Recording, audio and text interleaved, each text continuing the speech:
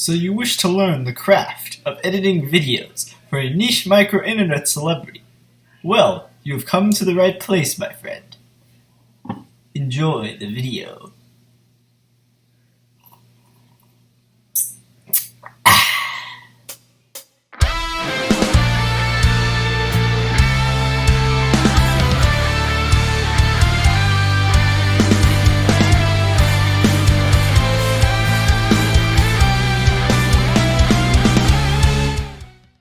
Alright, what you just saw was a video from the future, meaning I haven't made it yet.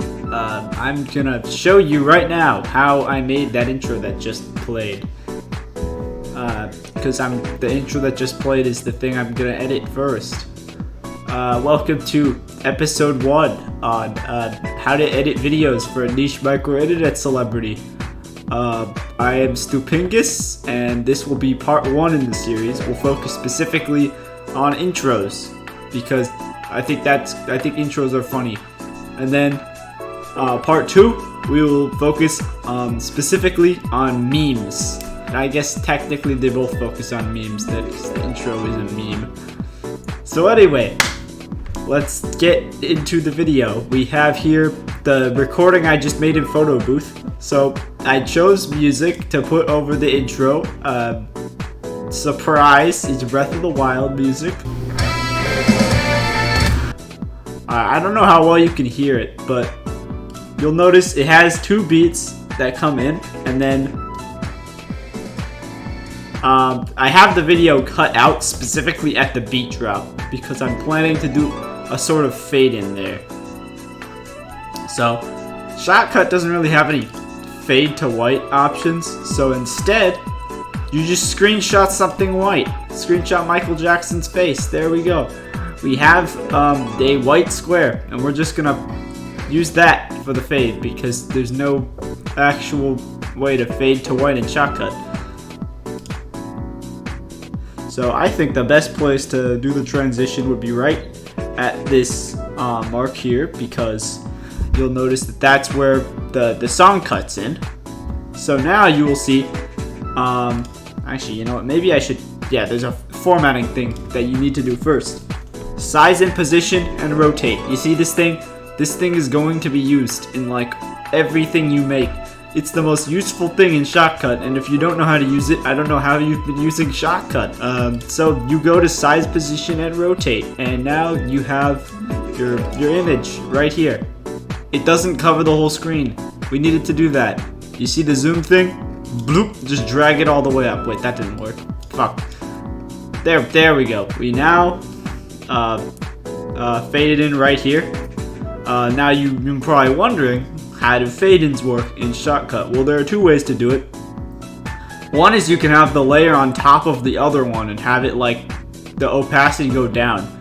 But the way I'm going to do right here is I'm just going to drag the image over the video, and it's going to do a fade for all of this part where the video and the image crosses over.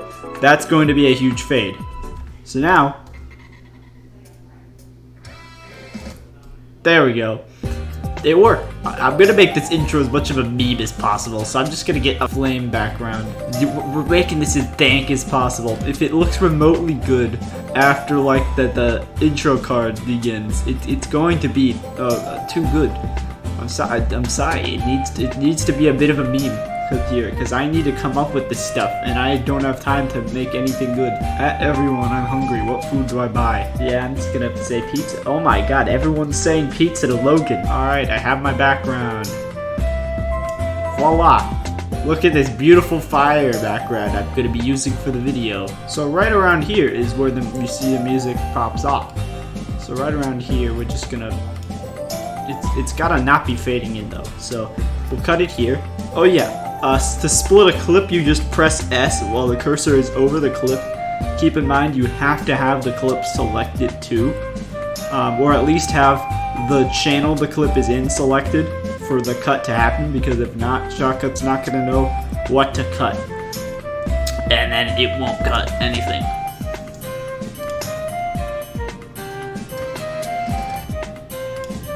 Alright, it is time for your next lesson that involves size and position. I think I'm going to make this thing zoom out because I think that'd be cool.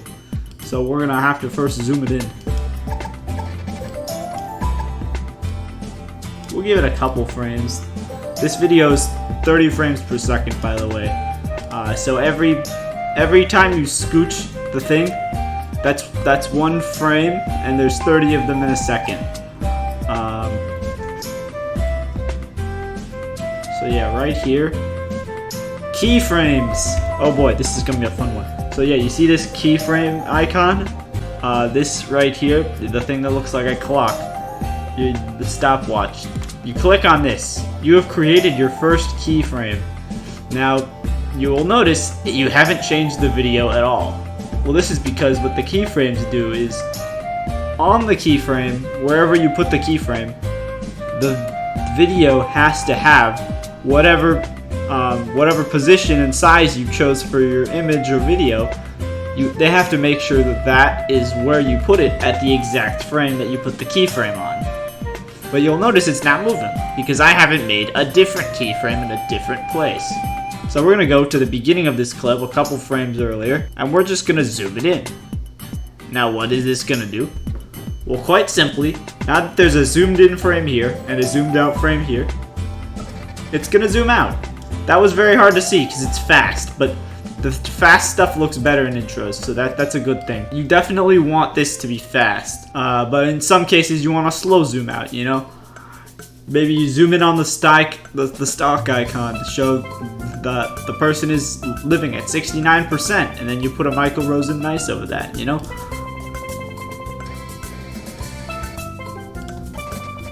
Alright, we'll put a little bit of a fade in. So, for this, we will be using fade in video. This is a very easy way to do fades in Shotcut. So, we're gonna drag this way down. You can also use, for that, you go to fade in video, and you can also hit the minus button. That's a much more specific way to do that. The maximum is you need at least 2 frames. Oh yeah, make sure to click adjust opacity instead of fade with black because it is over something else. And if it has fade with black on, when it flashes to the image, it'll just turn black. It will ignore whatever's under it. And we don't like that. Give it a little bit of a fade in. Let's see, where do I want to end this intro?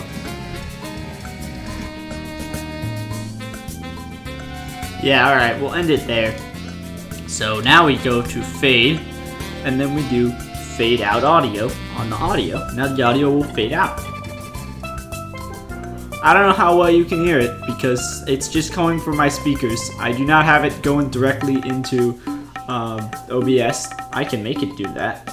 It's just not doing that. We'll also put the same fade out on the video here so that it matches. It's good to have an intro that fades out because that way it's much easier to edit into stuff. See, when I made the STSriracha Smash Sets intro, I did not have any type of fade out. It just ends and the music keeps going at one point. And I did that solely because the Piranha Plant default dance I used in there ends at that part, and I was too lazy to just loop it. God, that intro was really low effort considering how beautiful it is. Fade out video, there we go. You may be wondering why there's white here. I don't know, I thought I'd do something artistic with this. Maybe have a silhouette of something, but we're not doing Piranha Plants dancing because that's literally the STSriracha Smash Sets intro. And I want to do something else, so let me just go through my folder of green screen stuff and see if I find something interesting. Alright, I got some good ones here. I don't want to use the default dancing link. I feel like that'd be too obvious. That's what everyone would expect me to do, so I'm not gonna do it. Ooh, Michael Rosen waving. Yeah, there we go. We'll use Michael Rosen waving. This is some masterclass editing right here. Okay, here's your next lesson. Chroma Key. What is a Chroma Key? It's green screens. So where the fuck is Chroma Key? I'm just gonna type it in. Chroma Key. Now, if you want to use advanced, that one is, I'll be honest, I don't use that one very often because I find that it's very difficult to get right. You gotta have the balance between the blue, green, and red. and you basically choose how much of each color you cut out, and it is objectively a better way to do it, but I don't know, when I try it always ends up horrible. So instead we're doing Chroma Key Simple. This one quite simply just cuts out the green. So you click on the green, let's add a little more distance. You notice there's a green border. So we'll shave off that green border until it starts affecting the image. Then we have to stop. We'll just sample the background again. You do that by pressing this and then clicking the background.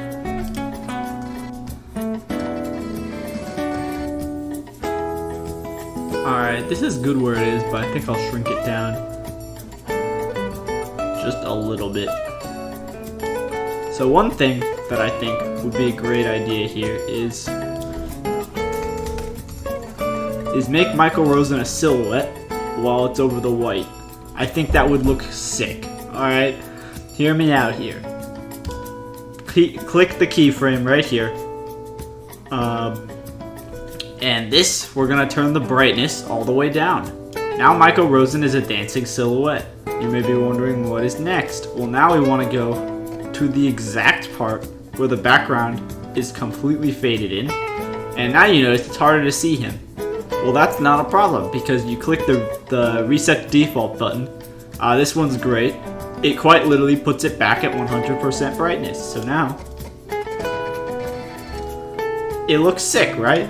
And also, I'm noticing there's white on the bottom and the right. This is a personal pet peeve of mine, when you can kind of see a sliver of something in the back. But luckily, we can fix this.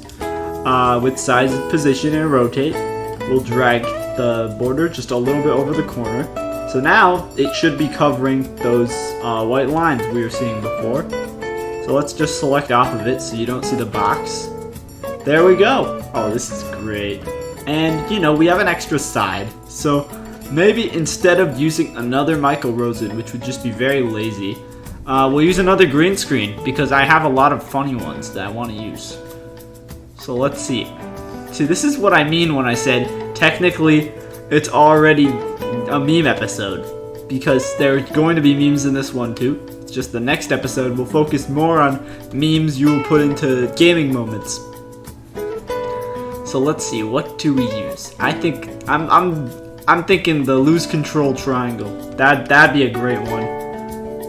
I feel like I've put these two together in a video before, but it's whatever.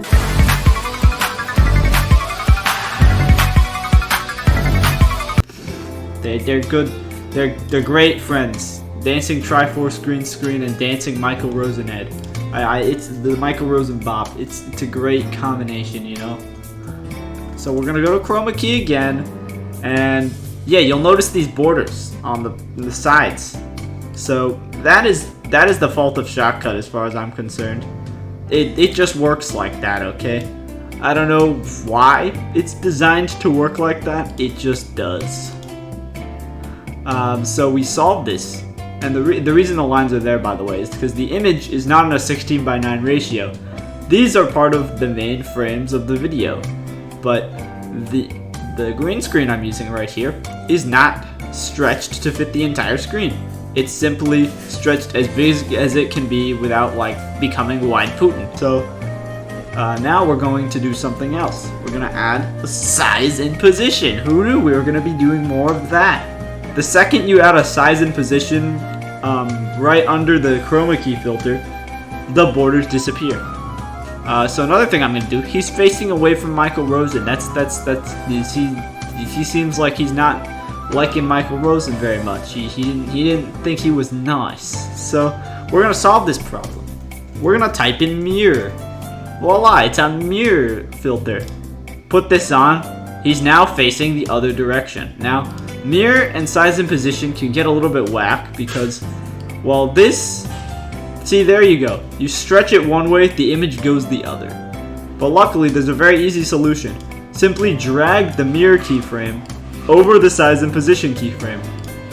Now you drag it, and the size position frame goes, it goes the correct way because it's no longer mirrored. That's why it wasn't working before. The mirror counteracts the size and position. So he seems a little tall. We'll shrink them down. About Michael Rosen's height would probably be good. Alright, yeah. And we'll do the brightness thing again. There.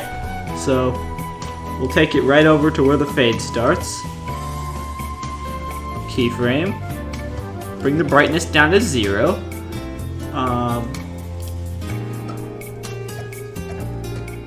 There. And now, bring the brightness back up to 100 by clicking reset to default. There, this is gonna lag a ton. You're not gonna see this at a full frame rate until I actually edit it into the video, because that's where it's gonna actually be playing at full frame rate, because it'll have been exported.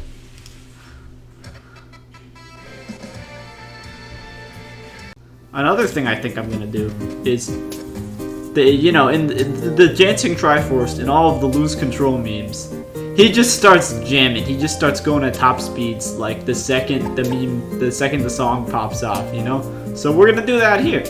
We're gonna literally just cut this. Hopefully that translates all right with the keyframes.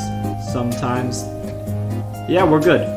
Now we're gonna try out something else. Now you may be wondering, how do you change the speed in Shotcut? And it's not where you might think. So you're probably thinking, I click this plus here, and then the speed is one of these. It's one of the video filters. But in fact, or maybe a time filter, because it's time. I don't know what time remap is. I'm gonna have to check that out. But it is not speed. Where do you find the fucking speed, you may be wondering? It's not in filters. It's in properties. I'll be honest, it sort of makes sense from a design perspective why they'd put it here. Because, speed is no longer just a video filter. It's a video and audio filter, because it speeds everything up. And speed is just very different from all the other ones, because instead of altering the video in some way, visually, it's straight up speeding it up. This is very different. So that's probably why they put it where they did. But yeah, we're just gonna mash this. We'll put them pretty fast. I think it'll be funnier. 4.0 times speed. I don't think we can actually see, just from watching in the laggy editor, how fast this lad is moving. But just trust me, he's moving fast. So now, let's just take this. Now you're gonna learn about copy and pasting. So once you have it selected, it'll have a red border. Hold the Command key and press C. If you're on Windows like a normal fucking human being, it'll be Control C. Because Control and Command are interchangeable between Apple and Windows. So now, you go here. And Command V is probably what you're thinking will paste it.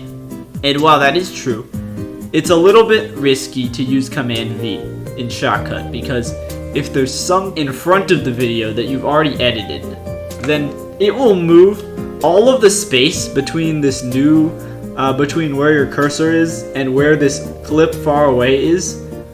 That space is gonna still be there when you paste down your clip, except the space there is also gonna be moved back even further. So whatever stuff you have is no longer going to be synced up to where you originally had it, because you pasted something before it.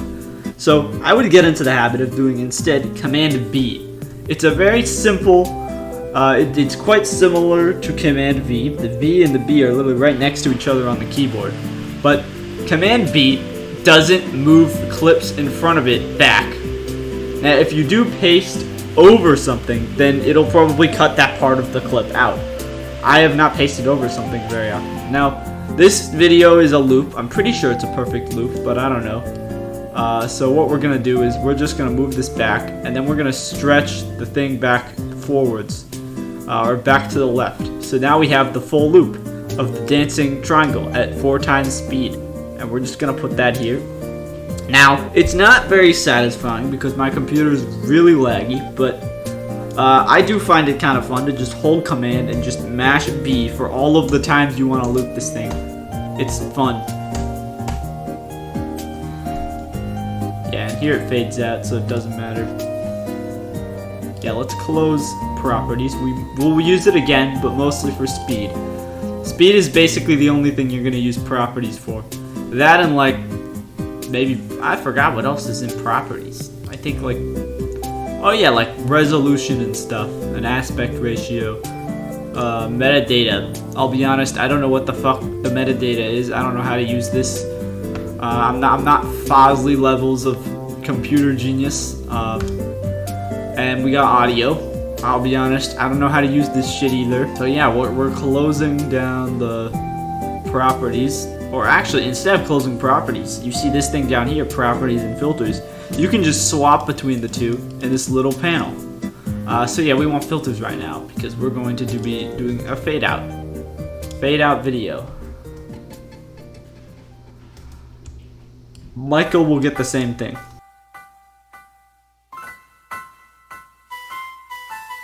Yeah, someone just knocked on my door, so I'm just going to cut this part of the video out.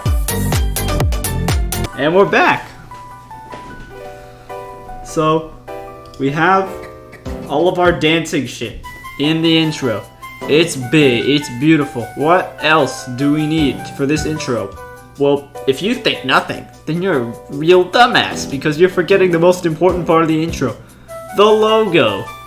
I could use the Stupingus logo, but like that wouldn't be fun, would it?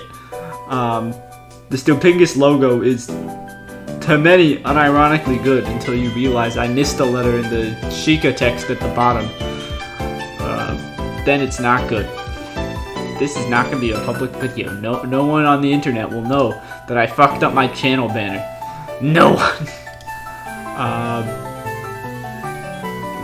Yeah, I guess I'll make a logo right now, and then that part of and then this will just get cut out. Yeah, I'll make a logo. Don't worry, I'll make it really stupid.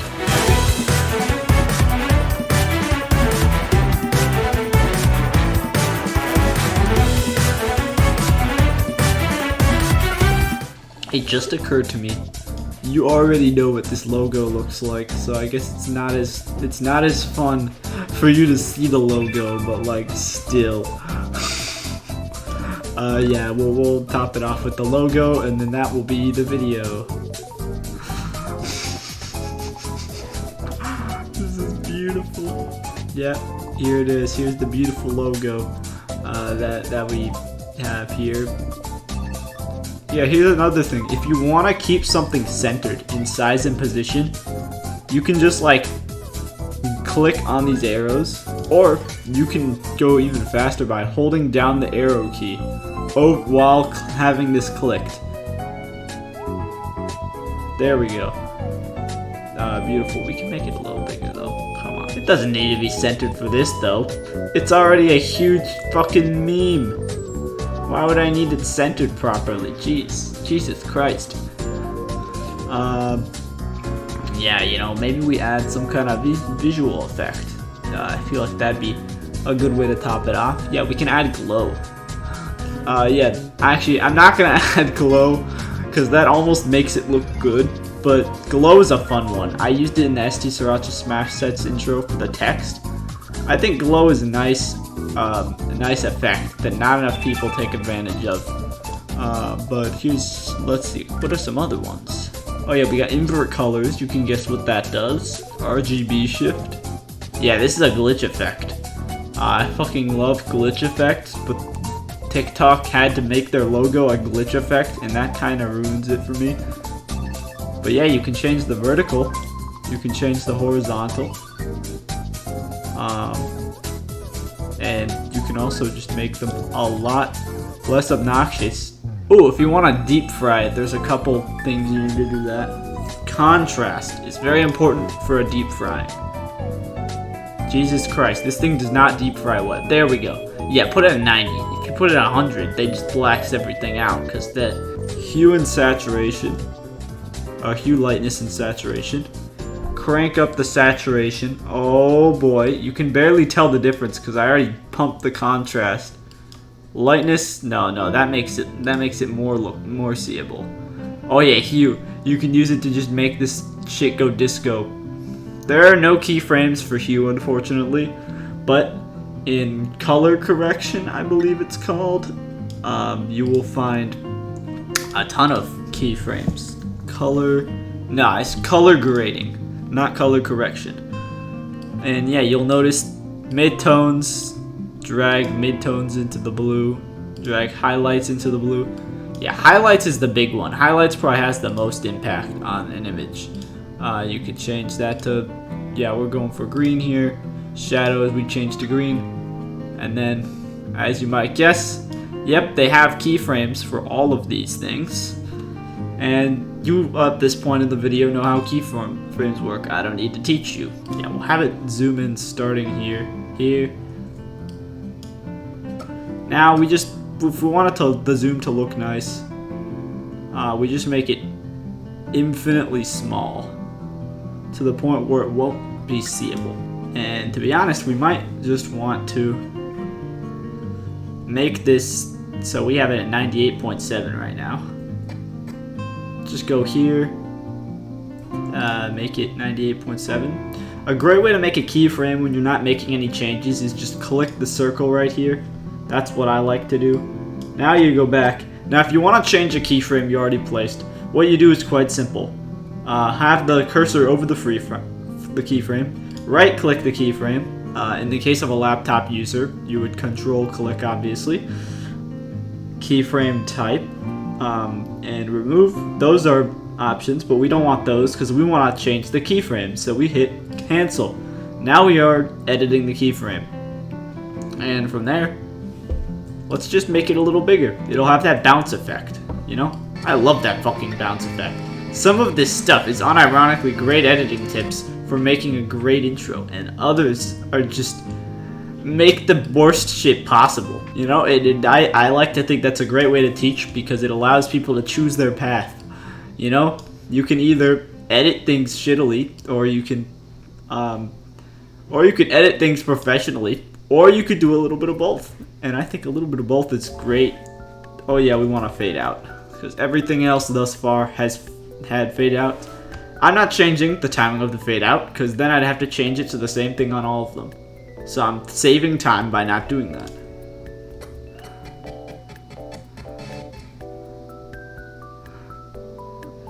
There we go. So yeah, let's watch it from the beginning. Even though you saw this at the beginning of the video.